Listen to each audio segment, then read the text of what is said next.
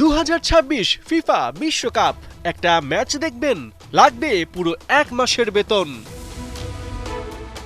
প্রিয় দল যদি ফাইনালে ওঠে তাহলে শুরু থেকে শেষ পর্যন্ত তাদের ফলো করবেন।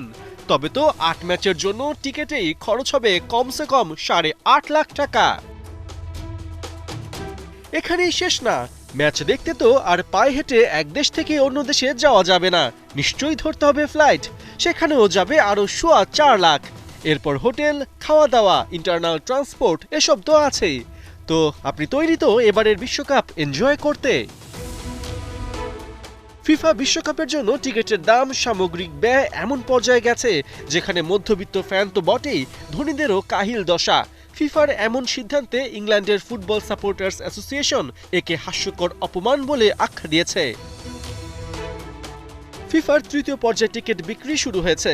ফিফা জানিয়েছে প্রথম 24 ঘন্টায় 200-র বেশি দেশ থেকে 50 লাখ আবেদন জমা পড়েছে।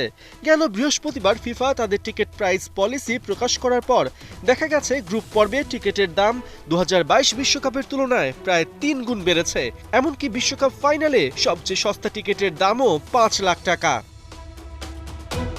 বিবিসি এক প্রতিবেদনে জানিয়েছে আয়োজক 3 দেশের প্রতিবেশী হয়েও 52 বছর পর বিশ্বকাপে নিজ দলের খেলা দেখা কঠিন হয়ে গেছে হাইতিবাসীর জন্য। যেখানে তাদের মাসিক গড় উপার্জন 13,500 টাকা, সেখানে স্কটল্যান্ডের বিপক্ষে ম্যাচের টিকিটের দামই 22,000 টাকা। যদি কেউ হাইতির 3 ম্যাচই দেখতে চায় তাহলে গুনতে হবে টোটাল 76,000 টাকা। সব মিলিয়ে যা একজন সাধারণ হাইতি নাগরিকের প্রায় 5 মাসের বেতনের সমান।